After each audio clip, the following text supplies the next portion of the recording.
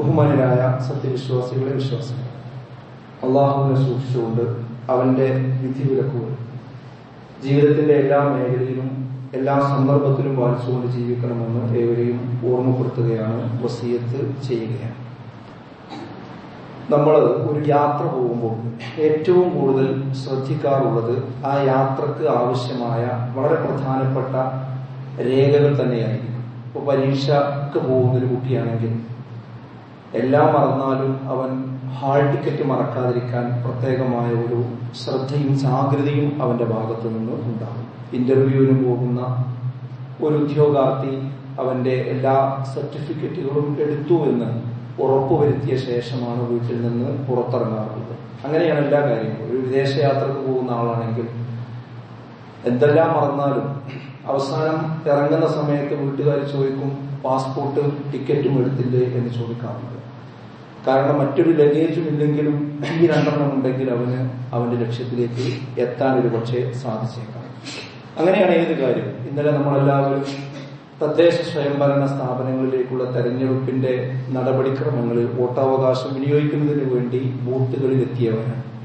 അവിടെയും പ്രധാനമായി നമ്മളോട് ചോദിക്കപ്പെട്ടിരുന്നത് ID പ്രൂഫുകളാണ്. അത് കയ്യിലെടുത്തിട്ടുണ്ടോ എന്നാണ് നമ്മൾ വീട്ടിൽ നിന്ന് ഇറങ്ങുമ്പോഴും അവിടെ കയറി ചെല്ലുമ്പോഴും ഒക്കെ അന്വേഷിച്ചുകൊണ്ടിരിക്കുന്നത്. ഇത് നമ്മുടെ ജീവിതത്തിൽ നിത്യേന നമ്മൾ കണ്ടുകൊണ്ടിരിക്കുന്ന ഒരു കാര്യമാണ്. ഇവിടെ വിശ്വാസികളായ നമ്മൾ ഓരോരുത്തരും ശ്രദ്ധിക്കേണ്ട ഒരു കാര്യം, നമ്മുടെ ജീവിതവും ഒരു നീളമുള്ള യാത്രയാണ്. അഥവാ പരലോകത്തിലേക്കുള്ള ഒരു യാത്രയിലാണ് നമ്മൾ ഓരോരുത്തരും ഉള്ളത്. അതിലേക്കുള്ള പാഥേയമാണ് നമ്മുടെ ജീവിതത്തിൽ ഏറ്റവും പ്രധാനം എന്ന് നമ്മൾ തിരിച്ചറിയേണ്ടതുണ്ട്. പല ആളുകളും പരലോകത്തെക്കുറിച്ച് സംസാരിക്കുമ്പോൾ കുറച്ചൊക്കെ തമാശയോടുകൂടി പറയും, ജീവിച്ചിട്ടല്ലേ മരിക്കുക, മരിച്ചിട്ടല്ലേ ഖബർ കഴിഞ്ഞിട്ടല്ലേ വിചാരണ, ഇപ്പൊ നമ്മൾ ജീവിതത്തെക്കുറിച്ച് സംസാരിക്കാം എന്ന് തമാശയായി പറയാറുണ്ട്. അത് സൈദ്ധാന്തികമായി അവതരിപ്പിക്കുന്ന ആളുകളുമുണ്ട്. നിങ്ങൾക്ക് എപ്പോഴും ഈ ജീവിതത്തെക്കുറിച്ച് മാത്രമേ പറയാനുള്ളൂ, ഭൂമിയുടെ അപ്പുറത്തുള്ള കാര്യങ്ങൾ മാത്രമേ നിങ്ങൾക്ക് പറയാനുള്ളൂ, ഈ ജീവിതത്തെക്കുറിച്ച് നിങ്ങൾക്കൊന്നും പറയാനില്ലേ എന്ന് സൈദ്ധാന്തികമായി ചോദിച്ച് കളിയാക്കുന്ന ആളുകൾ നമുക്കിടയിലൊക്കെ കാണാൻ സാധിക്കാറുണ്ട്. എന്നാൽ നമ്മൾ മനസ്സിലാക്കേണ്ട ഒരു കാര്യം, ഈ ഖബർ പരലോകം എന്നൊക്കെ പറയുന്നത് വളരെ വിദൂരത്താണ് എന്ന ഒരു ധാരണ വെച്ചുകൊണ്ടാണ് നമ്മൾ സംസാരിച്ചുകൊണ്ടിരിക്കുന്നത്. ഇപ്പൊ വാട്സപ്പിന്റെ യുഗമാണ്. വാട്സപ്പിൽ ഒരു ദിവസം മിനിമം ഒരു മരണ വാർത്തയെങ്കിലും വരാത്ത ഗ്രൂപ്പുകൾ കുറവായിരിക്കണം. അവിടെയൊക്കെ നമ്മൾ ഇന്നാലില്ലാഹി വ ഇന്നാ ഇലൈഹി റാജിഊൻ എന്ന സ്റ്റിക്കറും നമ്മൾ ഇടാറുണ്ട്. പക്ഷെ അപ്പോഴൊക്കെ നമ്മുടെ ഒരു ബോധ്യം, എല്ലാവരും മരിക്കും, അതിന് പ്രാർത്ഥിക്കാനും അതിന് സ്റ്റിക്കർ ഇടാനും അതിന് മെസ്സേജ് അയക്കാനും ഞാനുണ്ടാകുമെന്ന്, ഞാൻ മരിക്കും എനിക്ക് മറ്റുള്ളവർ മെസ്സേജ് അയക്കും എന്ന് പലപ്പോഴും ചിന്തിക്കാൻ നമ്മുടെ മനസ്സ് പ്രാപ്തമാവാറില്ല എന്നതാണ് ഒരു വസ്തുത. ഞാൻ പറയുന്നത്, ആ പരലോകം ഖബർ എന്നൊക്കെ പറയുന്നത് വളരെ വിദൂരത്താണ് എന്ന് ഒരിക്കലും നമ്മൾ വിചാരിക്കേണ്ടതില്ല. അതിലേക്ക് അധികം ദൂരമില്ല. ഈ തെരഞ്ഞെടുപ്പ്, ഈ വാശിയേറിയ തെരഞ്ഞെടുപ്പിന്റെ ഇടയിൽ തന്നെ നമ്മൾ ഇങ്ങനെ പത്രം വായിച്ചു പോകുമ്പോൾ വാർത്തകൾ സ്ക്രോൾ ചെയ്ത് പോകുമ്പോൾ നമ്മുടെ ശ്രദ്ധയിൽപ്പെട്ടു, ഒരു സ്ഥാനാർത്ഥി മരിച്ചു, അത് കഴിഞ്ഞ് വേറൊരു സ്ഥാനാർത്ഥി മരിച്ചു, അത് കഴിഞ്ഞ് വീണ്ടും വേറൊരു സ്ഥാനാർത്ഥി മരിച്ചു. ചിലർ ആക്സിഡന്റിലാണ്, ചെറുത് ഹൃദയാഘാതം ഉണ്ടായിക്കൊണ്ടാണ്. ഇന്നലെ വോട്ട് ചെയ്ത് ഭർത്താവിന്റെ കൂടെ വീട്ടിലേക്ക് മടങ്ങുന്ന സമയത്ത് ഒരു സഹോദരിയുടെ മരണവാർത്ത വന്നതായി ഓൺലൈനിൽ കാണാൻ സാധിച്ചു. അള്ളാഹു അവർക്ക് മഗ്ഫിറത്ത് നൽകി അനുഗ്രഹിക്കുമാറാകട്ടെ. അങ്ങനെ എത്രയധികം സംഭവങ്ങളാണ് നമ്മൾ കണ്ടുകൊണ്ടിരിക്കുന്നത്. ഇന്നലെ ഞാൻ ഇങ്ങോട്ട് വരുന്ന സമയത്ത് ഒരു ഹോസ്പിറ്റലിൽ അവിടെ കയറിയ സമയത്ത് ഒരാളെ കണ്ടു. അപ്പൊ എന്താ അവിടെ നിൽക്കുന്ന ചോദിച്ചപ്പോൾ അയാൾ പറയുന്നത്, ഇന്ന് വൈകുന്നേരം വരെ വളരെ സജീവമായി ഞങ്ങളുടെ ഇടയിൽ ഓടി നടന്നിരുന്ന ഞങ്ങളുടെ സ്ഥാനാർത്ഥി ഒരു അപകടത്തിൽപ്പെട്ടുവെന്ന്. അദ്ദേഹം ഇപ്പോൾ വളരെ വെന്റിലേഷനിൽ പോകുന്ന സാഹചര്യത്തിലാണുള്ളത്, അദ്ദേഹത്തെയും കൊണ്ടുവന്നതാണ് എന്നാണ്. അയാളെ സംബന്ധിച്ചിടത്തോളം അന്നത്തെ ദിവസം എന്ന് പറയുന്നത് വളരെ പ്രധാനമാണ്. നമ്മളൊക്കെ അങ്ങനെ തന്നെയാണ്. പക്ഷേ ഇതിനിടയ്ക്ക് എത്രയും പെട്ടെന്ന് വേഗത്തിൽ നമ്മൾ ഇവിടുന്ന് പോകാം എന്നത് നമ്മളെ ഓർമ്മിപ്പിക്കുന്ന സംഭവങ്ങളാണ് ഇതെല്ലാം എന്ന് നമ്മൾ മനസ്സിലാക്കണം. അതുകൊണ്ട് ഇപ്പൊ എല്ലാവരുടെ മനസ്സിലുണ്ടാകുന്ന നാളത്തെ റിസൾട്ട് എന്താവുമെന്നാണ്. കൂടുതൽ അതിൽ എത്രത്തോളം ആളുകൾ ഇടപെട്ടിട്ടുണ്ടോ ആ ഇടപെട്ടതിനനുസരിച്ച് വല്ലാത്ത ആദ്യം ഉണ്ടാകും എന്ന്, നാളത്തെ ആ ഒരു സമയമായാൽ മതിയായിരുന്നു എന്ന് ഒരു പോളിംഗ് ഏജന്റ് പറഞ്ഞത്. ഈ പെട്ടി ഏതായാലും സീൽ ചെയ്യുന്ന സമയത്ത് ഇപ്പൊ തന്നെ റിസൾട്ട് ഒന്ന് എത്തിയാൽ ഞങ്ങൾക്ക് അത് അറിയായിരുന്നു എന്നാണ്. അതായത് എനിക്ക് അറിയാലോ, ശരിയാണ് പറഞ്ഞത്, പക്ഷെ അറിയാനുള്ളൊരു ആദിയാണ് ആ പറയുന്നത്. എന്നാൽ ഇവിടെ നമ്മൾ മനസ്സിലാക്കേണ്ട ഒരു കാര്യം, ഇതിനേക്കാളും വലിയൊരു ആദി ഒരു വിശ്വാസിക്ക് വേണ്ടത്, ഇപ്പൊ ഞാൻ കണ്ണടച്ചാൽ, എന്റെ ഹൃദയം നിലച്ചു പോയാൽ, എന്നെ ഈ പള്ളിയിൽ കൊണ്ടുവന്ന് നമസ്കരിച്ച് ആ കബറിൽ ഇറക്കി വെച്ചാൽ എന്തായിരിക്കും എന്റെ അവസ്ഥ? എങ്ങനെയാണ് ഞാൻ അള്ളാഹുവിന്റെ മുമ്പിൽ നാളെ ഹാജരാവുക? അതിനുള്ള പാതയം എന്റെ അടുക്കൽ എന്തുണ്ട് എന്നതിനെ സംബന്ധിച്ചുള്ള കൃത്യമായ ഒരു ആലോചന ഏത് തിരക്കിനിടയിലും ഒരു വിശ്വാസിക്ക് വളരെ പ്രധാനമാണ് എന്നതാണ്. വിശുദ്ധ ഖുർആൻ പറഞ്ഞത്, നിങ്ങൾക്ക് എന്തെല്ലാം അള്ളാഹു വിഭവങ്ങൾ നൽകിയിട്ടുണ്ടോ ആ വിഭവങ്ങളെല്ലാം ഉപയോഗിച്ചുകൊണ്ട് നിങ്ങൾ ആഖിറത്താകുന്ന യഥാർത്ഥ ഭവനത്തെയാണ് നിങ്ങൾ പ്രതീക്ഷിക്കേണ്ടത്. അതാണ് യഥാർത്ഥത്തിലുള്ള ഭവനം. വല്ലാഖിറത്തു ഖൈറുൻ വഅബ്ഖാ, ഏറ്റവും നല്ലതും എന്നും ബാക്കിയാകുന്നതുമായ ഇത് പരലോകമാകുന്നു. അവിടെ ഹൃദയാഘാതമില്ല, അവിടെ ആക്സിഡന്റുകളില്ല, അവിടെ തളർച്ചയില്ല, അവിടെ ക്ഷീണമില്ല, പെട്ടെന്ന് മരിച്ചു എന്ന വാർത്ത വരില്ല. കാരണം പിന്നീട് മരണമില്ലാത്ത ജീവിതമാണ് പരലോകം എന്ന് പറയുന്നത്. ഒന്നുകിൽ സ്വർഗം അല്ലെങ്കിൽ നരകം, രണ്ടിലൊന്നിൽ ജീവിച്ചേ പറ്റൂ. നാളെ പരലോകത്ത് നരകത്തിൽ പോകുന്ന ആളുകളെ കുറിച്ച് പറഞ്ഞത് അവർക്ക് ജീവിതവുമില്ല മരണമല്ല. അങ്ങനത്തെ ഒരു അവസ്ഥ അവിടെ ഉണ്ടാകുമെന്ന് തന്നെയാണ്. എന്നാൽ പരലോകം എന്ന് പറഞ്ഞാൽ നിങ്ങൾ ദുനിയാവിനെ മറക്കണ്ട. നിങ്ങളുടെ കുടുംബം, നിങ്ങളുടെ കുട്ടികൾ, നിങ്ങളുടെ ജോലി, നിങ്ങളുടെ സാമൂഹ്യ പ്രവർത്തനം, നിങ്ങളുടെ രാഷ്ട്രീയ പ്രവർത്തനം, അതൊന്നും നിങ്ങൾ മറക്കേണ്ടതില്ല. പക്ഷേ ഒരു വിശ്വാസിയെ സംബന്ധിച്ചിടത്തോളം കൂടുതൽ ഓർമ്മിക്കേണ്ടത് പരലോകത്തെ കുറിച്ച് തന്നെയായിരിക്കണമെന്ന്. അപ്പൊ ആഖിറത്തിലേക്കുള്ള പാഥേയം ഒരുക്കാൻ നമ്മൾ എന്തുവേണം? അതിൽ നമ്മൾ പ്രധാനമായിട്ടുള്ളത് നമ്മുടെ ഈമാൻ സംരക്ഷിച്ചു നിർത്തുക എന്നതാണ് ഏറ്റവും പ്രധാനപ്പെട്ട കാര്യം. കാരണം ഈമാൻ എത്ര വലിയവനാണെങ്കിലും അതിങ്ങനെ വർദ്ധിക്കും ചെയ്യും, അതിങ്ങനെ കുറഞ്ഞു വന്നുകൊണ്ടിരിക്കും ചെയ്യും. ഇബ്രാഹിം അലൈഹി സ്വലാത്തു വസ്സലാം പറഞ്ഞ ഒരു സന്ദർഭം ഖുർആൻ ഉദ്ധരിക്കുന്നുണ്ട്. റബ്ബി അരിനി കൈഫ തുഹ്യിൽ മൗത, മരണശേഷം എങ്ങനെയാണ് രണ്ടാമത് എഴുന്നേറ്റ് വരിക എന്ന് ചോദിക്കുന്നത് ആരറിയും? ഒരു നിഷേധിയല്ല, ഒരു സംശയാരുമല്ല. ഇബ്രാഹിം നബി അള്ളാഹിനോട് ചോദിക്കുക, എങ്ങനെ പടച്ചവൻ എങ്ങനെ എഴുന്നേറ്റ് വരിക? കാലവനം തുമ്മിൻ. അപ്പൊ അള്ളാഹ് ചോദിക്കുക, എന്താ ഇബ്രാഹിം, നിനക്കെന്താ ഈമാനില്ലേ, വിശ്വാസല്ലേ? അപ്പൊ ഇബ്രാഹിം നബി പറയുന്ന വാക്ക് അലബല, വിശ്വാസം കണ്ടു പടച്ചവനെ, പിന്നെന്തിനാ ഞാൻ ചോദിക്കുന്നത് അറിയോ? വലാകിൻ ലിയത്മഇന്ന ഖൽബി, എന്റെ ഹൃദയത്തിന് ഒരു സമാധാനം കിട്ടാനാണ്, ഉറപ്പ് കിട്ടാനാണ്, എന്നാലും കൊണ്ട് ഉറപ്പിക്കാൻ വേണ്ടിയിട്ടാണ്. അപ്പൊ എന്താന്ന് വെച്ചാൽ അവരൊക്കെ അങ്ങനെ ഉറപ്പിക്കൽ എന്ത് ചെയ്തിട്ടുണ്ട്? ഞാൻ വലിയ പ്രവാചകനാണ്, എനിക്ക് ഞാൻ തെറ്റൂല എന്ന നിലക്കല്ല, അവരതിന് സന്നദ്ധമായിരുന്നു എന്നാണ്. ആയത്തോതി കേട്ടാൽ അവർക്ക് ഈമാൻ വർദ്ധിക്കും എന്ന് പറഞ്ഞ അർത്ഥം എന്താ? അത് വർദ്ധിക്കും ചുരുങ്ങും ചെയ്യുന്ന സാധനമാണെന്നുള്ളത് കൊണ്ട് തന്നെയാണ്. അതുകൊണ്ട് നമുക്ക് നല്ല ബോധ്യം വേണം. നമ്മളൊക്കെ ടിക്കറ്റ് എടുത്ത് ഇങ്ങനെ പോകാൻ റെഡിയാണ്, ഇനി നമുക്കൊരു പ്രശ്നമില്ല എന്ന രീതി ഒരിക്കലും ഉണ്ടാകാൻ പാടില്ല. നമ്മുടെ ഈമാൻ വർദ്ധിക്കുകയാണോ ചുരുങ്ങുകയാണോ എന്നറിയാൻ ആയത്ത് കേൾക്കുമ്പോ, ഹദീസ് കേൾക്കുമ്പോ, ദീന് കേൾക്കുമ്പോ, മതപരമായ ഉത്ബോധനം കേൾക്കുമ്പോ, ഉപദേശം കേൾക്കുമ്പോ, അതിന്റെ സംസാരങ്ങൾ കേൾക്കുമ്പോ നമ്മൾ എങ്ങനെ പ്രതികരിക്കുന്നു, നമ്മുടെ മനസ്സ് എങ്ങനെ പ്രതികരിക്കുന്നു എന്ന് മാത്രം പരിശോധിച്ചാൽ മതി. അതിന് നമ്മുടെ ഈമാനികമായ നിലവാരം നമുക്ക് അറിയാൻ കഴിയുമെന്നാണ്. നോക്കൂ നിങ്ങൾ, ഞാൻ ഓതി വെച്ച ആയത്തിലേക്ക് ഒന്ന് നോക്കൂ നിങ്ങൾ. وَإِذَا مَا أُنْزِلَتْ سُورَةٌ فَمِنْهُمْ مَنْ يَقُولُ أَيُّكُمْ زَادَتْهُ هَٰذِهِ إِيمَانًا وَإِذَا مَا أُنْزِلَتْ سُورَةٌ, ഈ സൂറത്ത് അവർക്ക് ഇറക്കി കൊടുത്തപ്പോൾ ഫമിൻഹും, അവരിൽ നിന്ന് മൻ യഖൂലു, ചില ആളുകൾ ചോദിച്ചു, അയ്യുക്കും സാദത്തുഹു ഹാദിഹി ഈമാന, ഈ ആയത്ത് ഇറങ്ങിയപ്പോൾ നിങ്ങളിൽ ആർക്കാണ് ഈമാൻ വർദ്ധിച്ചത്? അവരിൽ ചില ആളുകൾ ചോദിച്ചു എന്നാണ്. സഹാബികൾക്കിടയിൽ ആൾക്കാർ ചോദിക്കണെന്ത്, ഈ ആയത്ത് ഇറങ്ങിയപ്പോൾ നിങ്ങൾക്ക് ആർക്ക് ഈമാൻ വർദ്ധിച്ചോ എന്നാണ് അവർ ചോദിക്കുന്നത്. എന്നിട്ട് പറയാം, അമ്മല്ലദീന ആമനു, അറിയുക വിശ്വാസികൾ, ഫസാദത്തുഹും ഈമാനം വഹും യസ്തബ്ശിറൂൻ, വിശ്വാസികളാണെങ്കിൽ ഓരോ ആയത്തിറങ്ങുമ്പോൾ എന്ത് ചെയ്യും? ഫസാദത്തുഹും ഈമാന, അവരുടെ ഈമാൻ ഇങ്ങനെ വർദ്ധിച്ചുകൊണ്ടിരിക്കും, അവർക്ക് സന്തോഷ വാർത്തയുമുണ്ട് എന്നാണ് വിശുദ്ധ ഖുർആൻ പറയുന്നത്. എന്നാൽ ഹൃദയത്തിനൊരു പ്രത്യേകതരം ഒരു അസുഖമുള്ള ആൾക്കാരാണെങ്കിലോ ഈ വിശ്വാസത്തിൽ ഇങ്ങനെ കിടന്ന് മറിയത് ശരിയാണോ?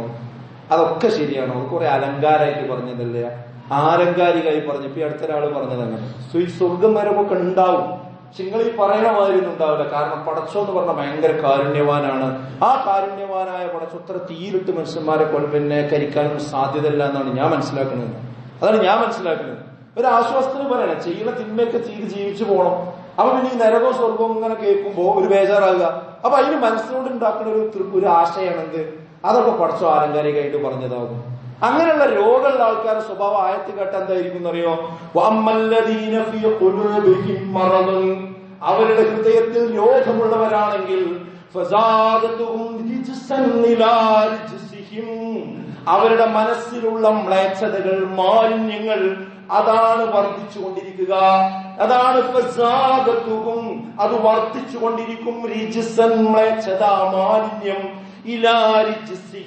അത് മാലിന്യം കൂടുതൽ കൂടുതൽ ഇങ്ങനെ വർദ്ധിക്കുകയാണ് അവർക്ക് ചെയ്യാം. അവർ മരിച്ചു പോവുക, അവസാനം നിഷേധികളായിട്ടായിരിക്കും എന്ന് വിശുദ്ധ ഖുർആനാണ് ഓർമ്മപ്പെടുത്തുന്നത്.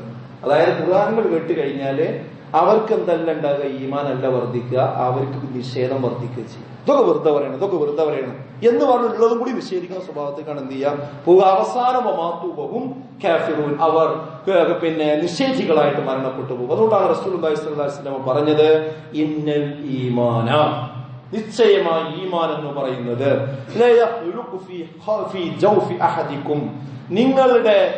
നിങ്ങളുടെ മനസ്സിൽ കുടികൊള്ളുന്ന ആ ഈമാൻ ഉണ്ടല്ലോ, അത് നുരുമ്പിക്കൊണ്ടിരിക്കും. മനോഹരമായ ഒരു ഉദാഹരണത്തിലൂടെ പറഞ്ഞു. ഇതുപോലെ നിങ്ങളുടെ വസ്ത്രം നുരുമ്പുന്നത് പോലെ 2 വർഷം മുമ്പ് എടുത്ത ഡ്രസ്സ് ഇപ്പോൾ അതിന് ഒരുപാട് തകരാറുകൾ സംഭവിച്ചിട്ടുണ്ട്. അതുപോലെ നിങ്ങളുടെ ഈമാൻ നുരുമ്പിക്കൊണ്ടിരിക്കും. അതുകൊണ്ട് എന്തു ചെയ്യണം? നിങ്ങൾ അല്ലാഹുവിനോട് തേടിക്കൊണ്ടേയിരിക്കണം. എന്തിനു വേണ്ടി? നിങ്ങളുടെ ഹൃദയത്തിൽ ഈമാനിനെ അങ്ങനെ പുതുക്കാൻ വേണ്ടി നിങ്ങൾ അല്ലാഹുവിനോട് എപ്പോഴും തേടിക്കൊണ്ടേയിരിക്കണമെന്നാണ്. എന്നാൽ എന്റെ ഈമാൻ ചുരുങ്ങുന്നുണ്ടോ, കുറയുന്നുണ്ടോ എന്നുള്ള ഒരു ജാഗ്രത ഒരു വിശ്വാസിയെ സംബന്ധിച്ചിടത്തോളം എപ്പോഴും ഉണ്ടാകണം. അള്ളാഹുവിന്റെ കൽപ്പനകൾ പ്രവർത്തിക്കലും അവൻ വിരോധിച്ചത് വെടിയലുമാണ് യഥാർത്ഥത്തിൽ ഈമാനിന്റെ താല്പര്യം എന്ന് പറയുന്നത്. ഒരാൾക്ക് ഈമാൻ ഉണ്ടോ എന്ന് മനസ്സിലാകൽ എങ്ങനെയാണ്? അതിങ്ങനെ ചുഴിഞ്ഞു നോക്കിയാൽ കിട്ടൂല. മറിച്ച് അയാളുടെ വാക്ക്, അയാളുടെ പ്രവൃത്തി അത് അള്ളാഹു കൽപ്പിച്ചത് ചെയ്യുന്നുണ്ടോ, വിരോധിച്ചത് വിട്ടുക്കുന്നുണ്ടോ നോക്കുമ്പോഴാണ്, അത് അളക്കുമ്പോഴാണ് അയാൾക്ക് ഈമാൻ ഉണ്ടോ അല്ലെങ്കിൽ എന്ത് ചെയ്യുക കൃത്യമായിട്ട് മനസ്സിലാക്കുക. പലപ്പോഴും നമ്മൾ ആളുകൾക്കിടയിലുള്ള പ്രശ്നം എന്ന് വെച്ചാൽ നമ്മുടെ ചുറ്റുവട്ടത്തിനും നമ്മുടെ താല്പര്യത്തിനും നമ്മുടെ ഒരു പരിസരത്തിനും നമ്മുടെ ഇഷ്ടാനിഷ്ടങ്ങൾക്കും ഒക്കെ പറ്റുന്ന കാര്യങ്ങൾ മതത്തിൽ ഏതൊക്കെയാണോ ഉള്ളത് അതിന്റെ ഭയങ്കര അംബാസിഡർമാരായിട്ട് നമ്മൾ മാറും. അത് ഭയങ്കര സംഭവമാണ്, ദീന് പറഞ്ഞ ഭയങ്കര കാര്യമാണ് എന്ന് പറയും. എന്നാൽ നമുക്ക് നമ്മുടെ വ്യക്തിപരമായിട്ടോ കുടുംബപരമായിട്ടോ സാമൂഹ്യമായിട്ടോ രാഷ്ട്രീയമായിട്ടോ താല്പര്യമില്ലാത്ത ഏതെങ്കിലും നിർദ്ദേശങ്ങളോ നിയമങ്ങളോ ഒക്കെയാണ് ഖുർആനിലും ഹദീസിലൊക്കെ ഉള്ളതെങ്കിൽ അതിനോട് വലിയ താല്പര്യം ഉണ്ടാവില്ല. അതൊന്നും ചെയ്തോളണമെന്നില്ല. അങ്ങനെ ഇഷ്ടമുള്ളത് എടുക്കുക, ഇഷ്ടമില്ലാത്തത് ഒഴിവാക്കുക എന്ന രീതിയിൽ ദീനിന് ഒരു ബൊഫേ സിസ്റ്റം എന്ന് വേണമെങ്കിൽ വേഗം മനസ്സിലാകാൻ വേണ്ടി പറയാം. ആ ഒരു രീതിയിൽ ദീനിനെ കൊണ്ട് നടക്കുന്ന ഒരു സമീപനം പലപ്പോഴും നമുക്ക് കാണാൻ കഴിയാറുണ്ട്. ഇവിടെ നമ്മളൊരു സംഭവം മനസ്സിലാക്കേണ്ടതുണ്ട്. ഇത് 3 കാര്യങ്ങൾ യഹൂദരുടെ മേല് നിർബന്ധമാക്കുകയുണ്ടായി. അഥവാ യൂദന്മാരുടെ മേലിന് 3 കാര്യം നിർബന്ധമാക്കുകയുണ്ടായി. അതിലൊന്നെന്താ വെച്ചാൽ അവരോട് പറഞ്ഞു, നിങ്ങൾ പരസ്പരം രക്തം ചിന്താൻ പാടില്ല. രണ്ടാമത് അവരോട് പറഞ്ഞത് പരസ്പരം നിങ്ങൾ വീടുകളിൽ നിന്ന് ആളുകൾ എന്ത് ചെയ്യാൻ പാടില്ല, പുറത്താക്കാൻ പാടില്ല. മൂന്നാമത് പറഞ്ഞത് അവരുടെ യുദ്ധത്തടവുകാരെ കണ്ടെത്തിയാൽ നിങ്ങൾ മോചന ദ്രവ്യം നൽകിക്കൊണ്ട് അവരെന്ത് ചെയ്യണം, മോചിപ്പിക്കുകയും ചെയ്യണം. 3 കാര്യങ്ങളാണ് അവരോട് പറഞ്ഞത്. ഇവരെന്ത് ചെയ്തു വെച്ചാൽ ഇതിൽ അവസാനം പറഞ്ഞത് ചെയ്യുകയും ആദ്യത്തെ 2 ഉപേക്ഷിക്കുകയും ചെയ്തു. അപ്പൊ ഖുർആൻ ചോദിക്കുന്ന ഒരു ചോദ്യമല്ലേ, ആദ്യത്തെ 2 പരസ്പരം രക്തം ചിന്തരുത് എന്നത് ചെയ്തു, പരസ്പരം വീടുകളിൽ നിന്ന് പുറത്താക്കരുത് എന്ന് പറഞ്ഞതും അവര് ചെയ്തു. എന്നാൽ അവര് ചെയ്തു എന്ന് പറഞ്ഞാൽ അവര് അതിന് വിരുദ്ധമായി ചെയ്തു. എന്നാൽ അവര് അംഗീകരിച്ച കാര്യം ഏതാ? അവസാനത്തെ കാര്യം, അഥവാ യുദ്ധത്തടവുകാരായിട്ട് വന്ന ആൾക്കാരെ മോചന ദ്രവ്യം കൊടുത്ത് പറഞ്ഞയക്കുക എന്നുള്ള പണി ചെയ്തു.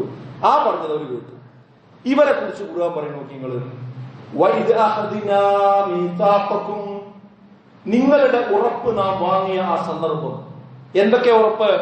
ലാ തസ്ഫികൂന ദിമാഅക്കും, നിങ്ങൾ പരസ്പരം രക്തം ചിന്തരുത്. വലാ തുഖ്രിജൂന അൻഫുസകും മിൻ ദിയാരിക്കും ثم أقررتم وأنتم تشهدون, നിങ്ങൾ പരസ്പരം നിങ്ങളുടെ വീടുകളിൽ നിന്ന് അവരെ പുറത്താക്കുകയും ചെയ്യരുത്. ثم أقررتم, നിങ്ങൾ ഈ പറഞ്ഞ 2 കാര്യം നിങ്ങൾ പറഞ്ഞത് സമ്മതിച്ചു. وأنتم تشهدون, അതിനെ നിങ്ങൾ സാക്ഷ്യം വഹിക്കുകയും ചെയ്തു. എന്നാൽ ثم أنتم هؤلاء تقتلون أنفسكم وتخرجون فريقا منكم من ديارهم تظاهرون عليهم بالإثم والعدوان. എന്നാൽ അവരാകട്ടെ ഹാഉലായി അവരിൽ ചില ആളുകള് തഖ്തുലൂന അൻഫുസകും അവർ പരസ്പരം രക്തം ചിന്തി. പറഞ്ഞത് കേട്ടില്ല. വതുഖ്രിജൂന ഫരീഖൻ മിൻകും മിൻ ദിയാരിഹിം അവരുടെ വീടുകളിൽ നിന്ന് അവരെ പുറത്താക്കുകയും ചെയ്തു. തളാഹറൂന അലൈഹിം ബിൽഇസ്മി വൽ ഉദ്വാൻ അവർ അതിനെ പരസ്പരം ഈ കുറ്റത്തിനും അതിക്രമത്തിനും ഒക്കെ പരസ്പരം പിന്തുണ നൽകിക്കൊണ്ട് തന്നെ അവരെ അവർ പുറത്താക്കുകയും ചെയ്തു. എന്നാൽ വഹിയതുകും ഉസറാതുഫാദുഹും വഹുവ മുഹറമൻ അലൈക്കും ഇഖ്റാജുഹും വഹിയതുകും എന്നാൽ അവർ വന്നാലോ ഉസറ അവർ തടവുകാരായി വന്നാലോ തുഫാദുഹും മോചനദ്രവ്യം കൊടുത്തുകൊണ്ട് വഹുവ മുഹറമൻ അലൈക്കും ഇഖ്റാജുഹും ആ പുറത്താക്കൽ അവർക്ക് നിഷിദ്ധമാക്കപ്പെട്ടത് കൊണ്ട് അത് മോചനദ്രവ്യം കൊടുത്തു കണ്ട് അവരെന്ത് ചെയ്യും വിടും. അപ്പൊ എന്തായി സംഭവം? 3 കാര്യം പറഞ്ഞു. ഇതിൽ അവസാനത്തത് അവർ കേട്ടു. ആദ്യത്തെ 2 അവരെന്ത് ചെയ്തില്ല, കേട്ടില്ല. അവരെ കുറിച്ച് ഖുർആൻ പറയുന്ന അതിന്റെ അടുത്ത ഭാഗം എന്താണെന്ന് അറിയുമോ? ചോദിക്കുന്ന ഒരു ചോദ്യം. ആ ചോദ്യം നേരത്തെ ഞാൻ പറഞ്ഞ ഇഷ്ടാനിഷ്ടങ്ങൾക്കനുസരിച്ച് ദീൻ എടുക്കും ഒഴിവാക്കും ചെയ്യുന്ന എല്ലാവരോടുമുള്ള ചോദ്യമാണ്. എന്താണ് ആ ചോദ്യം? അഫതഅ്തൂന ബിബഅദിൽ കിതാബ് വതക്ഫുറൂന ബിബഅദ് അഫതുഅ്മിനൂൻ നിങ്ങൾ വിശ്വസിക്കുകയാണോ ബിബഅദിൽ കിതാബ് ഈ വേദഗ്രന്ഥത്തിലുള്ള ചില കാര്യങ്ങൾ നിങ്ങൾ അംഗീകരിക്കുകയാണോ വതക്ഫുറൂന ബിബഅദ് ചില കാര്യങ്ങൾ നിങ്ങൾ നിഷേധിക്കുകയും ചെയ്യുകയാണോ എന്നാണ് ആ യഹൂദന്മാരോട് അള്ളാഹുവിന്റെ ചോദ്യം. എന്തിനാണ് ആളുകൾ ഇങ്ങനത്തെ ഡബിൾ സ്റ്റാൻഡ് എടുക്കുന്നത്? അത് വ്യക്തി ജീവിതത്തിലാകട്ടെ, കുടുംബത്തിലാകട്ടെ, സമൂഹത്തിലാകട്ടെ, പൊതുരംഗത്താകട്ടെ, രാഷ്ട്രീയ മേഖലയിലാകട്ടെ. ഞാനൊരു ശരിക്കുള്ള മുസ്ലിമാണ് എന്നുണ്ട് ഐഡന്റിറ്റി ശരിക്കും ബോധ്യപ്പെട്ടാൽ എനിക്ക് ചില നഷ്ടങ്ങൾ ഉണ്ടാകാൻ സാധ്യതയുണ്ട്. എന്റെ പൊതു അംഗീകാരം നഷ്ടപ്പെടും. എനിക്ക് ദുനിയാവിൽ എല്ലാവരും പാടെ ഒരു സ്ഥാനമാനങ്ങളും കാര്യങ്ങളും ചിലപ്പോൾ കിട്ടിക്കൊള്ളുന്നില്ല. എന്റെ കുടുംബം ഒരു പക്ഷെ തെറ്റും, അല്ലെങ്കിൽ എന്തൊരു പ്രയാസം ഉണ്ടാവും. ഇങ്ങനെയൊക്കെ വിചാരിച്ചിട്ടാണ് ആൾക്കാർ എന്ത് ചെയ്യുക, പലപ്പോഴും ഒരു ഡബിൾ സ്റ്റാൻഡിലേക്ക് പലപ്പോഴും പോകും. ചിലതൊക്കെ എടുക്കുക, ചിലതൊക്കെ ഒഴിവാക്കുക. എന്നിട്ട് പറയാം അതിനൊരു പ്രത്യേക പേര് ഇട്ടിട്ടുണ്ട്. അത് വല്ലാതെ സെലിബ്രേറ്റ് ചെയ്യപ്പെടും ചെയ്യുന്നു. അവൻ പ്രാക്ടീസിങ് മുസ്ലിം അല്ല എന്നാണ്. മറ്റേ ആൾ പ്രാക്ടീസ് ചെയ്യുന്ന മുസ്ലിം. അവർ 2 തരം മുസ്ലിങ്ങൾ ഉണ്ടായിപ്പോ ഒപ്പം തന്നെ. എന്ത്? അതായത് നിസ്കാരം, നോമ്പ്, പരിപാടിയും കാര്യങ്ങളൊക്കെ നടക്കുന്ന ആൾക്കാർ പ്രാക്ടീസിങ് മുസ്ലിം. അതൊന്നുമില്ലാതെ നടക്കുന്നവൻ മുസ്ലിമാണ്, അംഗീകരിച്ചു കൊടുക്കുക. അവന് പ്രാക്ടീസ് ചെയ്യില്ലാന്നേ ഉള്ളൂ, അതൊന്നും കുഴപ്പമില്ല. അവന് സിനിമയിലും ഉപയോഗിക്കും, പുറത്തു വന്ന് പള്ളിക്കും വരും, അല്ലെ അപ്പുറത്ത് പോയി വേണ്ടാത്ത കാര്യങ്ങൾ ചെയ്യും, പുറത്തു വന്ന് നിങ്ങളുടെ ദീനീയ കാര്യങ്ങളോ ഉണ്ടാവും. എല്ലാത്തിലും ഉണ്ടായി. നിങ്ങളുടെ എല്ലാത്തിലുള്ള ഒരാളായി ഒരു മനഞ്ഞൊരു സ്വഭാവത്തിൽ ഇങ്ങനെ നടക്കുന്ന സ്വഭാവം. ഈ രീതിയിൽ പോകുന്ന ഒരവസ്ഥ. അതെന്തിനാ? ജനങ്ങളുടെ അംഗീകാരം പ്രതീക്ഷിച്ചുകൊണ്ടാണ്. എന്നാൽ ഈ ആയത്തിന്റെ ബാക്കി നോക്കി നിങ്ങൾ ഈ ചോദ്യം ചോദിച്ചിട്ട് അള്ളാഹ് പറയണത് ഈ പോക്ക് പോണവർക്ക് എന്താ സംഭവിക്കുക അറിയോ? 3 കാര്യങ്ങളാണ്. ഒന്ന്, ഫമാ ജസാഉ മൻ യഫ്അലു ദാലിക മിൻകും ഇല്ലാ ഖിസ്യുൻ ഫിൽ ഹയാത്തിദ് ദുനിയ. വമാ ജസാഉ അവർക്ക് ഈ പ്രതിഫലമല്ലാതെ ഇല്ല മൻ യഫ്അലു ദാലിക മിൻകും അവരിൽ അപ്രകാരം പ്രവർത്തിക്കുന്നവർക്ക് എപ്രകാരം ഇഷ്ടമുള്ളതിനെ എടുക്കുകയും ഇഷ്ടമില്ലാത്തത് മാറ്റിവെക്കുകയും ചെയ്യുക. അവൻ അംഗീകരിക്കുന്നതും ഒരു ഭാഗം അംഗീകരിക്കുകയും മറ്റൊരു ഭാഗത്തെ തമസ്കരിക്കുകയും ചെയ്യുന്ന രീതിയുണ്ടല്ലോ. അങ്ങനെ ചെയ്യുന്നവർക്ക് എന്താണ് ഈ ദുനിയാവിൽ കിട്ടാനുള്ളത്? ഇല്ലാ ഖിസ്യുൻ ഫിൽ ഹയാത്തിദ് ദുനിയ. ദുനിയാവിൽ അവർക്ക് ഖിസി അല്ലാതെ കിട്ടുകയില്ല. എന്താ ഖിസി എന്ന് പറഞ്ഞാൽ? അപമാനമല്ലാതെ കിട്ടൂല. നമ്മൾ മാനം കിട്ടുന്ന വിചാരിക്കുന്നത്, പക്ഷെ അപമാനിതരായിട്ട് അവർ ദുനിയാവിൽ പോവുള്ളൂ. ഇതെല്ലാവർക്കും മനസ്സിലാവും. ഈ ഒട്ടകപ്പക്ഷി പോലെയാണ് വരെ സ്വഭാവം. ഒട്ടകപ്പക്ഷിയുടെ സ്വഭാവം എന്താ വെച്ചാൽ അത് ഒരു പൂഴിയിൽ അതിന്റെ തല താഴ്ത്തി വെച്ചാൽ എന്നെ ആരും പിന്നെ കാണുന്നില്ല എന്നുള്ളതാണ്. പൂച്ച വാല് പിടിക്കുമ്പോൾ പൂച്ച കണ്ണ് ചിമ്മിയാൽ പിന്നെ ആരും അത് കാണുന്നില്ല എന്നുള്ള ധാരണയാണ് പൂച്ചക്ക്. അതേപോലെ ഞാൻ ഇങ്ങനെ ഒരു സ്റ്റാൻഡൊക്കെ എടുത്ത് പോയത് ആരും അറിയുന്നില്ല എന്നുള്ളതാണ്. അങ്ങനെയൊന്നുമില്ല. അതൊക്കെ കൃത്യമായിട്ട് ആൾക്കാർക്ക് മനസ്സിലാവും. പക്ഷെ മുഖത്ത് നോക്കി പറയില്ല എന്ന് മാത്രമേ ഉള്ളൂ. നമ്മളോട് പോയാൽ പറയാം ഓന്റെ കോലം ഉണ്ടല്ലോ, അപ്പൊ 2 സ്റ്റാൻഡാണെന്ന് പറയും. ഇത് മനസ്സിലാകാത്തവരും നല്ല മനുഷ്യന്മാർ. ആരാണോ നമ്മളെ ദുരുപയോഗം ചെയ്യുന്നത് അവർക്ക് വേഗം മനസ്സിലാവുക. പിന്നെ ആ പടച്ചോന്റെ കാര്യം പറയുന്നത്. അതുകൊണ്ട് ദുനിയാവത്തിന് അവർക്ക് ഒരു വില ഉണ്ടാവില്ല. അവനെ പറ്റി അന്വേഷിച്ചാൽ തന്നെ പറയുന്നത് അവൻ തോന്നിയിടത്തേക്ക് തോന്നിയ മാതിരിയാണെന്നാ പറയാം. എന്തിനാ സുഹൃത്തുക്കളെ ഈ അപമാനം എടുക്കുന്നത്? അവനവനൊരു സ്റ്റാൻഡ് ഉണ്ടെങ്കിൽ ആ സ്റ്റാൻഡിൽ നിന്നുകൊണ്ട് അവനവന്റെ വ്യക്തിത്വത്തിന് കറ പുരളുന്ന ഒരു സമീപനം ഞാൻ വീട്ടിലാണെങ്കിലും കുടുംബത്തിലാണെങ്കിലും സമൂഹത്തിലാണെങ്കിലും രാഷ്ട്രീയത്തിലാണെങ്കിലും ഞാൻ എടുക്കില്ല എന്ന നിലപാടെടുക്കുമ്പോ പ്രത്യക്ഷത്തിൽ ചില പരിഹാസങ്ങൾ ഏറ്റേക്കാം. പക്ഷെ ആളുകൾ നമ്മുടെ അഭാവത്തിൽ പറയും അവൻ നിൽക്കുന്നിടത്ത് നിൽക്കുന്ന ആളാണ്, അവന് വ്യക്തിത്വമുണ്ടെന്ന് പറയും. ആ രീതിയിലായിരിക്കണം ഒരു വിശ്വാസി മുന്നോട്ട് പോകേണ്ടത്. അതാണ് ഇബ്രാഹിം നബിയുടെ ചരിത്രം, അതാണ് മൂസാ നബിയുടെ ചരിത്രം. അതാണ് സകല പ്രവാചകന്മാരുടെയും ചരിത്രം, അതാണ് സകല സ്വഹാബിമാരുടെയും ചരിത്രം, അതാണ് മുഹാജിറുകളുടെ ചരിത്രം, അതാണ് അൻസാറുകളുടെ ചരിത്രം, അതാണ് ഇസ്ലാമിന്റെ രാജപാത എന്നതിനെ സംബന്ധിച്ച് നമുക്ക് കൃത്യമായ കാഴ്ചപ്പാടുകൾ ഉണ്ടാവേണ്ടതുണ്ട് എന്നാണ് ഞാൻ സൂചിപ്പിച്ചത്. ഇനി ഖിയാമത്ത് നാളിലാണെങ്കിലോ വയൗമൽ ഖിയാമത്തി യുറദ്ദൂന ഇലാ അശദ്ദിൽ അദാബ്. പെട്ടെന്ന് ഇങ്ങനെ അറ്റാക്ക് ഉണ്ടായിങ്ങാണ്ട് പള്ളിക്കപ്പുറങ്ങൾ കൊണ്ടുപോയി വെച്ചാൽ പിന്നെ പരലോകത്ത് എഴുതിയിട്ട് വരെ എങ്ങനെ അറിയോ, ആ ഏറ്റവും വേദനാജനകമായ ശിക്ഷയിലേക്കാണ് അവർ പരലോകത്ത് എത്തിപ്പെടുക.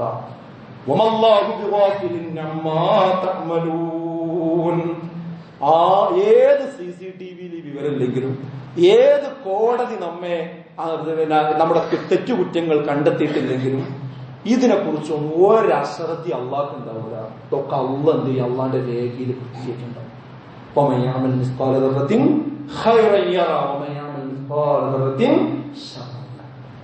സുഹൃത്തുക്കളെ, നമ്മൾ എത്രയും പെട്ടെന്ന് പരലോകത്തേക്കാണ്. ഇവിടെ ഒരു ഉറപ്പില്ല, ഉറപ്പുള്ളത് എത്രയും പെട്ടെന്ന് പോകുന്നുള്ളതാണ്. മറ്റേതൊക്കെ ബോണസാണ്. അതുകൊണ്ട് എന്ത് ചെയ്യണം, അള്ളാനെ മറന്നുകൊണ്ടിരിക്കും നമ്മൾ ജീവിക്കുക. അങ്ങനെയുള്ള യഥാർത്ഥ മുത്തഖീകളിലും മുഅ്മിനീകളിലും അല്ലാഹു നമ്മെ ഉൾപ്പെടുത്തി അനുഗ്രഹിക്കുക.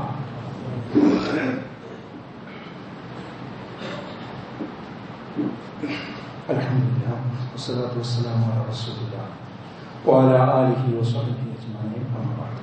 ബഹുമാനനായ സത്യവിശ്വാസികളെ, വിശ്വാസികൾ, അള്ളാഹുവിനെ സൂക്ഷിച്ച് ജീവിക്കണമെന്ന് ഒരിക്കൽ കൂടി ഓർമ്മപ്പെടുത്തുകയാണ്, വസിയത്ത് ചെയ്യുകയാണ്. നമ്മുടെ ഈമാൻ ചോർത്തിക്കളയാൻ ലക്ഷ്യം വെച്ചുകൊണ്ട് ഇവിടെ ശൈത്താൻ പ്രവർത്തിക്കുന്നുണ്ട് എന്ന കാര്യം നമ്മൾ ഒരിക്കലും വിസ്മരിച്ചു പോകുന്നു. അവൻ നിങ്ങൾക്ക് ശത്രുവാണ്, അതുകൊണ്ട് ശത്രുവായി തന്നെ നിങ്ങൾ അവൻ എന്ത് ചെയ്യണം, പരിഗണിക്കണം എന്നാണ്. അപ്പൊ ആ പിശാച് ഓരോ കാലത്തും വൈദ്യുതി ചെയ്യുന്നതിനും ശൈത്താനാണ്. നിങ്ങൾ നമ്മൾ ചെയ്യണം എന്ത് കാര്യമുണ്ടോ അതൊക്കെ നല്ലതാണെന്നുള്ള ന്യായം നമുക്ക് ഇങ്ങനെ ഉണ്ടാക്കി തരും. അങ്ങനെയാണ് ശൈത്താൻ എന്ത് ചെയ്യാം, നമ്മളെ തെറ്റിലേക്ക് കൊണ്ടുപോകുക. അതുകൊണ്ട് തന്നെ ഓരോ കാലഘട്ടത്തിലും പ്രത്യേകമായ അജണ്ടകൾ അവന്റെ ആളുകൾ ഉണ്ടാക്കിക്കൊണ്ടേയിരിക്കും. ഈ കാലഘട്ടത്തിൽ ഇസ്ലാമിനെ വിമർശിക്കാൻ മുസ്ലിം സമുദായത്തിൽ നിന്ന് തന്നെ ആളുകളെ ഉണ്ടാക്കുന്നു എന്നതാണ് ഏറ്റവും പ്രധാനപ്പെട്ട ഒരു അജണ്ട. അതിന്റെ കോടാലിപ്പിടികളായി ഒരിക്കലും തന്നെ നമ്മളാരും മാറരുത്. അതായത് ഇസ്ലാമിന്റെ പുറത്തു നിന്ന് ഒരു ഇസ്ലാം അല്ലാത്ത ഒരു പേരുകാരൻ അവന്റെ പേര് വെച്ച് അവന്റെ ഐഡിയിൽ നിന്നുകൊണ്ട് ഇസ്ലാമിനെ വിമർശിച്ചാൽ ആ വിമർശനത്തിന് ഇസ്ലാമിന്റെ ഉള്ളിലൊരു സ്വാധീനം കിട്ടില്ല. പിന്നെ ഏത് വിമർശനത്തിന് ആ സ്വാധീനം കിട്ടുക? ആ പറയുന്ന വ്യക്തി ഒരു മുസ്ലിം പേരുള്ള വ്യക്തിയാണെങ്കിൽ, അയാൾക്ക് കുറച്ച് അറബി കൂടി സംസാരിക്കാൻ കഴിയുമെങ്കിൽ, അയാൾക്ക് കുറച്ചുകൂടി ആയത്തുകൂടി ഓതാൻ കഴിയുമെങ്കിൽ, അയാൾക്ക് കാണാതെ കുറച്ച് ഇബാറത്തുകൾ കൂടി പറയാൻ കഴിയുമെങ്കിൽ, എന്നിട്ട് അയാൾ ഇസ്ലാമിനെതിര് പറയുമ്പോ ഇതിലെന്തോ ഒരു കാര്യമുണ്ടല്ലോ, കാരണം അവരെ കൂട്ടത്തിൽപ്പെട്ട ആളെന്നാണല്ലോ പോയി തെറ്റാന്ന് പറയുന്നത് എന്നുള്ള ഒരു സ്വാധീനം ഉണ്ടാക്കിയെടുക്കാൻ കഴിയും. അത് ഇസ്ലാമിന്റെ ചരിത്രം തന്നെ അങ്ങനെയാണ് ഷിയാക്കൾ ഉണ്ടായത്. ഇസ്ലാമിക ചരിത്രത്തിൽ ഷിയാക്കൾ ഉണ്ടായത് അങ്ങനെയാണ്. ഇസ്ലാമിന്റെ ഒരു ആവഭാവങ്ങൾ സ്വീകരിക്കുകയും എന്നാൽ ഇസ്ലാമിന്റെ അടിസ്ഥാനത്തിൽ എതിര് നിൽക്കുകയും ചെയ്തവരാണ്. അങ്ങനെ ഷിയാ സുന്നി എന്നുള്ള വേർതിരിവ് തന്നെ ലോകത്തുണ്ടായത് എന്ന് നമുക്ക് കാണാൻ കഴിയും. ഇവിടെ പ്രത്യേകിച്ച് നമ്മുടെ മലയാളക്കരയിൽ ഇന്നിനു വേണ്ടി ഉപയോഗിച്ചുകൊണ്ടിരിക്കുന്ന ഒരു സംവിധാനം എന്താണെന്ന് വെച്ചാൽ, ഇസ്ലാമിനെ വിമർശിക്കാൻ മുസ്ലിം സമുദായത്തിൽ നിന്ന് ആളുകൾ അങ്ങനെ കൊണ്ടുപോവുക, എന്നിട്ട് അവർക്ക് ഒരു പ്രത്യേക പേരിട്ട് കൊടുക്കുക. ആ പേരാണ് എക്സ് മുസ്ലിം എന്നാ പറയുന്നത്. അതായത് ഇസ്ലാം വിട്ടിട്ടുണ്ട്, എന്താ വിട്ടുങ്ങാണ്ടാണ് എവിടേക്കേ കൂടിച്ച് അവിടെ കൂട്ടി പറഞ്ഞാൽ മതി, അത് പറയില്ല. അവരെവിടേക്കേ കൂടിച്ച് അത് പറയില്ല. പക്ഷെ ഇവിടുന്ന് വിട്ടവർ എന്ന് പറഞ്ഞൊരു പ്ലാറ്റ്ഫോം ഉണ്ടാക്കുക. എന്നിട്ട് മുസ്ലിം പേരിനെ അവര് മുസ്ലിങ്ങളായിട്ട് തന്നെ സംസാരിക്കുക. പറയുന്നത് മുഴുവൻ എന്താ? സോഷ്യൽ മീഡിയ എടുത്തു നോക്കിക്കഴിഞ്ഞാൽ ഇസ്ലാം വിമർശനമാണ് പലപ്പോഴും ഒരു പറഞ്ഞത്. ഇതാണ് ശരിക്കും കോടാലിപ്പിടി എന്ന് പറയുന്നത്. ഒരു മരം മുറിക്കുമ്പോൾ ആ മരത്തെ വെട്ടാൻ നമ്മൾ ഉപയോഗിക്കുന്ന കോടാലിയുടെ പിടി ആ മരത്തിൽ നിന്നുള്ള ഒരു കൊമ്പാണ്. ആ മരത്തിൽ നിന്നുള്ള ഒരു കൊമ്പ് ഉപയോഗിച്ചുകൊണ്ട് അതുപയോഗിച്ചുകൊണ്ടാണ് അതിന് താഴിട്ടുകൊണ്ട് നമ്മൾ അതിനെ വെട്ടിക്കൊല്ലുന്നത്. അതേപോലെ ഇസ്ലാമിനെയും മുസ്ലിമീങ്ങളെയും അതിനെ ഇല്ലാതെയാക്കുന്നതിന് വേണ്ടി മുസ്ലിങ്ങളിൽ നിന്ന് തന്നെ കോടാലിപ്പിടികളെ കടമെടുത്തുകൊണ്ടാണ് ഇന്ന് ഇസ്ലാം വിമർശകർ ശ്രമിച്ചുകൊണ്ടിരിക്കുന്നത്. നമ്മൾ ശ്രദ്ധിക്കേണ്ട കാര്യം, ഒരിക്കലും തന്നെ നമ്മളോ നമ്മുടെ മക്കളോ അത്തരം ഒരു കോടാലിപ്പിടികളായി മാറാതിരിക്കാനുള്ള ഒരു ജാഗ്രത നമുക്ക് വേണം. കാരണം ഇന്ന് അതിന്റെ അജണ്ട എവിടേക്കാണ് നീങ്ങുന്നതെന്ന് ചോദിച്ചാൽ, അത്തരം ആളുകളെ മുസ്ലിം സമുദായത്തിൽ ഇങ്ങനെ ഉണ്ടാക്കി കൊണ്ടുവരും. അതൊരു കുടുംബത്തിൽ അങ്ങനെ കുട്ടി ഉണ്ടായാൽ മതി, ഒരൊറ്റ മകൻ ഉണ്ടായാൽ മതി, ഒരു മകൾ ഉണ്ടായാൽ മതി, അല്ലെങ്കിൽ ഒരാളുണ്ടായാൽ മതി. ആ കുടുംബത്തിന്റെ സ്വൈരം നഷ്ടപ്പെട്ടു. ഒരു ലിബറൽ, ഒരു എക്സ് മുസ്ലിം ഒരു വീട്ടിലുണ്ടായാൽ, ഒരു തറവാട്ടിലുണ്ടായാൽ, ഒരു കുടുംബത്തിലുണ്ടായാൽ ആ വീടിന്റെ സമാധാനം നഷ്ടമാവും. സംശയിക്കൊന്നും വേണ്ട. അത്തരം ആളുകൾ ഇന്ന് അവരെ വർദ്ധിപ്പിച്ചുകൊണ്ടിരിക്കുകയാണ്. എന്നിട്ട് അവർ ക്രമേണ എന്ത് ചെയ്യും? മതസ്ഥാപനങ്ങൾ, പള്ളികൾ, മദ്രസകൾ, കോളേജുകൾ, അതേപോലെ തന്നെ സമൂഹവുമായി ബന്ധപ്പെട്ട മറ്റു പ്ലാറ്റ്ഫോമുകൾ, ഇതിലൊക്കെ മുസ്ലിമീങ്ങളായിട്ട് തന്നെ അവർ കയറിക്കൂടുകയും ചെയ്യും. ഇതിൽ ഇസ്ലാമിന്റെ സംരക്ഷകരാണെന്ന് ചമഞ്ഞുകൊണ്ട് ഇസ്ലാം വിരുദ്ധ പ്രവർത്തനം ചെയ്യുന്ന ഒരു സ്വഭാവം ഇത് സിയോണിസ്റ്റുകൾ തുടങ്ങി വെച്ച ഒരു രീതിയാണ്. ആ രീതിയുടെ പുതിയ പകർപ്പുകളാണ് പലപ്പോഴും നമ്മൾ കണ്ടുകൊണ്ടിരിക്കുന്നത്. അതുകൊണ്ട് നമ്മൾ എന്ത് വേണമെന്ന് ചോദിച്ചാൽ, ഈ കാലഘട്ടത്തിൽ കൃത്യമായ ഇസ്ലാമിക കാര്യങ്ങൾ പഠിച്ചുകൊണ്ട് തന്നെ പോകണം. ഇന്ന് രണ്ടു തരം വായനകൾ സമൂഹത്തിൽ നടക്കുന്നുണ്ട്. ഒന്ന് പരന്ന വായന എന്ന് പറഞ്ഞാൽ വാട്സപ്പ് യൂണിവേഴ്സിറ്റികളിൽ വരുന്ന വായന. വാട്സപ്പിൽ നിന്ന് എല്ലാവരും വായിക്കുന്നുണ്ട്, പ്രായമുള്ള ആൾക്കാരടക്കം വായിക്കുന്നുണ്ട്. കാരണം ഓരോ കുറിപ്പ് ഇങ്ങനെ വരും, കമന്റുകൾ വരും, അതെല്ലാവരും വായിച്ചു തള്ളും. ആരാ എഴുതിയത്, അഡ്രസ് ഉണ്ടോ, അത് ആധികാരികത ഉള്ളതാണോ, ആ കണക്ക് ഉള്ളതാണോ, ഒന്നും അറിയില്ല. അങ്ങനെയുള്ള നല്ല വായന വായിക്കുന്നുണ്ട്. എന്നാൽ ഒരു ആഴമുള്ള വായനക്ക് എത്ര ആളുകൾ തയ്യാറാകുന്നുണ്ട്? ശരിക്കും ആ കാര്യം മനസ്സിലാക്കി അതിന്റെ സ്രോതസ്സിലേക്ക് പോയി പഠിച്ച് മനസ്സിലാക്കാൻ. അങ്ങനത്തെ ഒരു പുസ്തകം കൊടുത്താലും എനിക്ക് നേരമില്ലാന്ന് പറയും, എനിക്ക് പൈസ ഇല്ലാന്ന് പറയും. മറ്റേ നെറ്റ് ചാർജ് ചെയ്യാൻ ഇഷ്ടംപോലെ കാശുണ്ടാവും. പക്ഷെ ശരിക്കുള്ള ഇസ്ലാമികമായ കാര്യങ്ങൾ അവതരിപ്പിക്കുന്ന ഒരു പുസ്തകമോ ഒരു പ്രസിദ്ധീകരണമോ കൊടുത്താൽ എനിക്ക് സമയമില്ല, എനിക്ക് കാശില്ല, എനിക്ക് നേരമില്ല, വീട്ടിലാരാ വായിക്കാൻ, ഇങ്ങനെയൊക്കെ ചോദിച്ചിടത്തോളം അതേ ആളെന്നെ 3-4 മണിക്കൂർ ഒരു ദിവസം ഫോണിൽ വരുന്നതൊക്കെ എന്ത് ചെയ്യുന്നുണ്ട്, വായിക്കുന്നുണ്ട്. ഇവിടെയാണ് നമ്മുടെ പ്രയോറിറ്റി മാറി. അപ്പൊ എന്താ സംഭവിക്കുന്നത് അറിയോ? ഇത്തരം ആളുകൾ ഉണ്ടാക്കി വിടുന്ന ചപ്പ് ചവറുകളാണ് ഈ വാട്സപ്പുകളിലൊക്കെ വന്നുകൊണ്ടിരിക്കുന്നത്. അത് വായിച്ച് അത് കേട്ട് അത്തരം യൂട്യൂബിലുള്ള ചാനലുകൾ കേട്ട് മൈൻഡ് ആ രീതിയിലേക്ക് നമ്മുടേത് വർദ്ധിക്കും. അങ്ങനെയാണ് ആളുകൾ എക്സ് മുസ്ലിമും മറ്റു സാധനങ്ങളുമായി മാറിക്കൊണ്ടിരിക്കുന്നത്. അപ്പൊ ഇതിന്റെ യാഥാർത്ഥ്യം എന്താണെന്ന് മനസ്സിലാക്കുന്ന ഒരുപാട് സംഗതികൾ അതോട്ട് നമുക്ക് കാണാനും വായിക്കാനും കേൾക്കാനും പഠിക്കാനും സമയമുണ്ട്. അത് മാറ്റിയേ പറ്റി സുഹൃത്തുക്കൾ, ഇല്ലെങ്കിൽ നമ്മൾ വിരല് കടിക്കുന്നു. നമ്മൾ വായിക്കണം, നമ്മളെ മക്കൾ വായിക്കണം, നമ്മളെ വീട്ടിൽ വായിക്കണം, അതൊക്കെ പഠിക്കുമാണ്. അങ്ങനെയുള്ള ക്ലാസ്സുകളും കാര്യങ്ങളും കേൾക്കണം. എന്നിട്ട് നമ്മൾ മറ്റേത് കേൾക്കുമ്പോൾ നമുക്ക് അതിന് മറുപടി മനസ്സിലാക്കും. അല്ലെങ്കിൽ അത്തരം ചപ്പ് ചവറുകളിൽ നമ്മൾ പെട്ടുപോകും. ഖിയാമത്ത് നാളിന്റെ പ്രത്യേകത തന്നെ റസൂലുള്ളാഹി പറഞ്ഞ എന്താ അറിയോ? മിൻ അശ്റാത്തി സ്സാഅ, അന്ത്യദിനത്തിന്റെ പ്രത്യേകത, അതിനുള്ള അടയാളം എന്ന് പറയുന്നത് അറിവ് ഉയർത്തപ്പെടും. ശരിയായ അറിവ് സമൂഹത്തിൽ നിന്ന് പോയി പോകും. ആ ഭാഗത്ത് അവിടെ ജഹില്, അറിവില്ലായ്മ, അജ്ഞത അവിടെ സ്ഥാനം പിടിക്കുകയും ചെയ്യും. പിന്നെ ഈ അജ്ഞതയുള്ള ആളുകളായിരിക്കും ഇവരെ ഫത്വ പറയാൻ. പിന്നെ അവരായിരിക്കും സമൂഹത്തെ നയിക്കുക.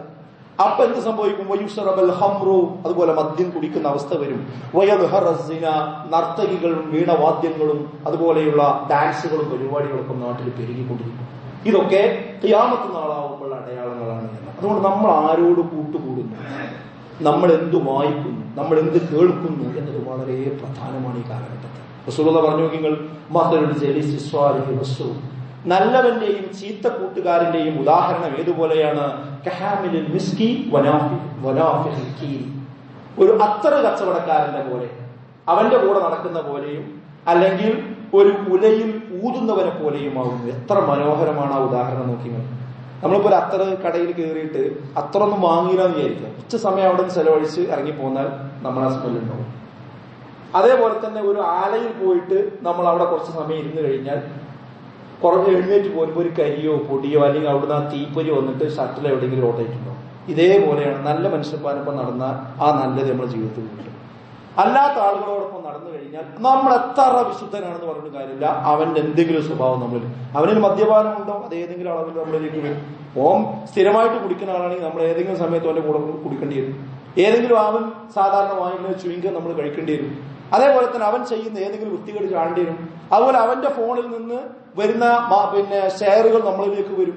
അവൻ കാണുന്ന വീഡിയോസ് നമ്മളിലേക്ക് വരും. അവൻ കാണുന്ന ലിങ്കുകൾ നമ്മളിലേക്ക് ഇട്ട് വരും. അപ്പൊ ആ റൂട്ടിലൂടെ നമ്മൾ അറിയാതെ നമ്മൾ പോയിക്കൊണ്ടിരിക്കും.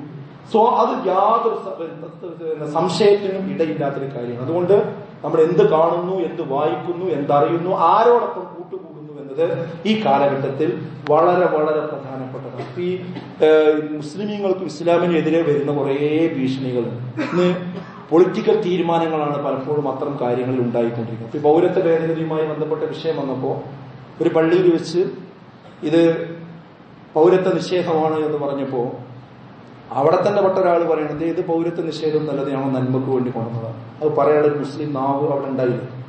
വഖഫ് ഭേദഗതി ഇപ്പോൾ അവിടെ ഉണ്ട്. ഉമീദ് പോർട്ടലുമായി ബന്ധപ്പെട്ട ഒട്ടനവധി ആശങ്കകൾ നിലവിലുണ്ട്. ആ പോർട്ടലിനെ കുറിച്ച് ന്യായീകരിച്ച് സംസാരിക്കുന്ന അത്ര മുസ്ലിമുകളെ കാണാൻ പറ്റും. എന്താ കുഴപ്പം, എന്താ വിഷയം, എന്താ പ്രശ്നം, അവർ നല്ല കാര്യത്തിനല്ലേ എന്ന് ചോദിച്ചുകൊണ്ട് ചോദിക്കുന്ന ആള്. അതുപോലെ സംവരണം, ഇനി എന്തിനാ സംവരണം എന്ന് ചോദിക്കുന്ന മുസ്ലിം നാവുകളെ നമുക്ക് കാണാൻ പറ്റും. അതുപോലെ ഇസ്ലാം തീവ്രവാദമാണ് എന്ന് അപ്പുറത്തുനിന്ന് പറയുമ്പോൾ ഇപ്പുറത്തുള്ളുന്നു അങ്ങോട്ട് ആ തീവ്രവാദം തന്നെയാണ്. ഇനി ഏതാ നല്ല ഇസ്ലാം, സൂഫിയുടെ ഇസ്ലാം മാത്രമാണ് എന്ന രീതിയിലേക്ക് ആക്കി അനിച്ചു കൊടുക്കാനാണ്. അത് അധിക ദൂരം ഒന്നും പോകണ്ട. അപ്പൊ ഈ അമ്പങ്കുന്ന് പറയുന്ന സ്ഥലത്ത് ഇപ്പൊ ഒരു പത്രസമ്മേളനം നടത്തി, ഇപ്പോൾ ശ്രദ്ധിച്ചോ എനിക്കറിയില്ല. അമ്പങ്കുന്ന് പറഞ്ഞ സ്ഥലത്ത് അവിടെ ഒരു കമ്മിറ്റി ഉണ്ടായിട്ടുണ്ട്, സൂഫികളുടെ കമ്മിറ്റി. അവരെന്താ പറയണത്, അവരെന്താണോ ഇവിടെ ഈ ഫാസിസ്റ്റ് സംവിധാനങ്ങൾ, വലതുപക്ഷ തീവ്രവാദത്തിന്റെ ആളുകൾ പറഞ്ഞുകൊണ്ടിരിക്കുന്നത് അത് അങ്ങനെ തന്നെ പറയുക മാത്രമല്ല, അതിന്റെ പ്രചാരകളാണ് ഞങ്ങൾ. താടിയും തൊപ്പയും കാര്യങ്ങളൊക്കെ ഉണ്ട്. ഇതിലേക്ക് പെട്ടെന്നൊന്നല്ല മനുഷ്യന്മാർ പോവുക, മെല്ലെ മെല്ലെ നമ്മൾ അറിയാതെ പോവുക ഈ മതനിഷേധത്തിലേക്കും മതലയനത്തിലേക്കും മതരാഹിത്യത്തിലേക്കും. നമ്മൾ ആദ്യം അത്തരം ആൾക്കാരെ കൂടെ നടക്കും, അല്ലെങ്കിൽ ഒരു പൊളിറ്റിക്കൽ പ്രശ്നം ഉണ്ടാകുമ്പോൾ അതിന്റെ കൂടെ നോക്കും, ഞാൻ അതിന്റെ കൂടെയാണെന്ന് പറയും. പിന്നെ അറിയാതെ നമ്മൾ ഇതിനും വിട്ടു പോകുന്ന അവസ്ഥയായിരിക്കും. അതുകൊണ്ട് നല്ല ജാഗ്രത ഈ കാലഘട്ടത്തിൽ നമുക്ക് ഉണ്ടാകേണ്ടതുണ്ട്. നമ്മൾ വായിക്കണം, പഠിക്കണം. അതിൽ ഏറ്റവും പ്രധാനമായി ഞാൻ പറയുന്നു, നമ്മുടെ നർമ്മദം എന്ന് പറയുന്ന വാരിക, അത് വായിക്കേണ്ടി വാങ്ങേണ്ടി സമയമാണ്. ഏതെങ്കിലും വീട്ടിലില്ലാത്തവരുണ്ടെങ്കിൽ അത് അന്വേഷിച്ച് കണ്ടെത്തി അത് ചേർത്ത് അത് വായിക്കുന്നവരായി നമ്മളും നമ്മുടെ ഭാര്യയും മക്കളും കുട്ടികളും മാറും. അങ്ങനെ ഇസ്ലാമികമായ കാര്യങ്ങൾ പഠിച്ചിട്ടില്ലെങ്കിൽ നഷ്ടം ഒരിക്കലും മറ്റുള്ളവർക്കല്ല, സ്വന്തം കുടുംബത്തിനായിരിക്കും, സ്വന്തം മക്കളുടെ കാര്യത്തിലായിരിക്കും. അത്ര വലിയ പ്രതിസന്ധിയിലൂടെയാണ് നാട് മുന്നോട്ട് പോയിക്കൊണ്ടിരിക്കുന്നത്. അല്ലാഹു എല്ലാ മുസീബത്തുകളിൽ നിന്നും നമ്മളെ കാത്തുരക്ഷിക്കുമാറാകട്ടെ.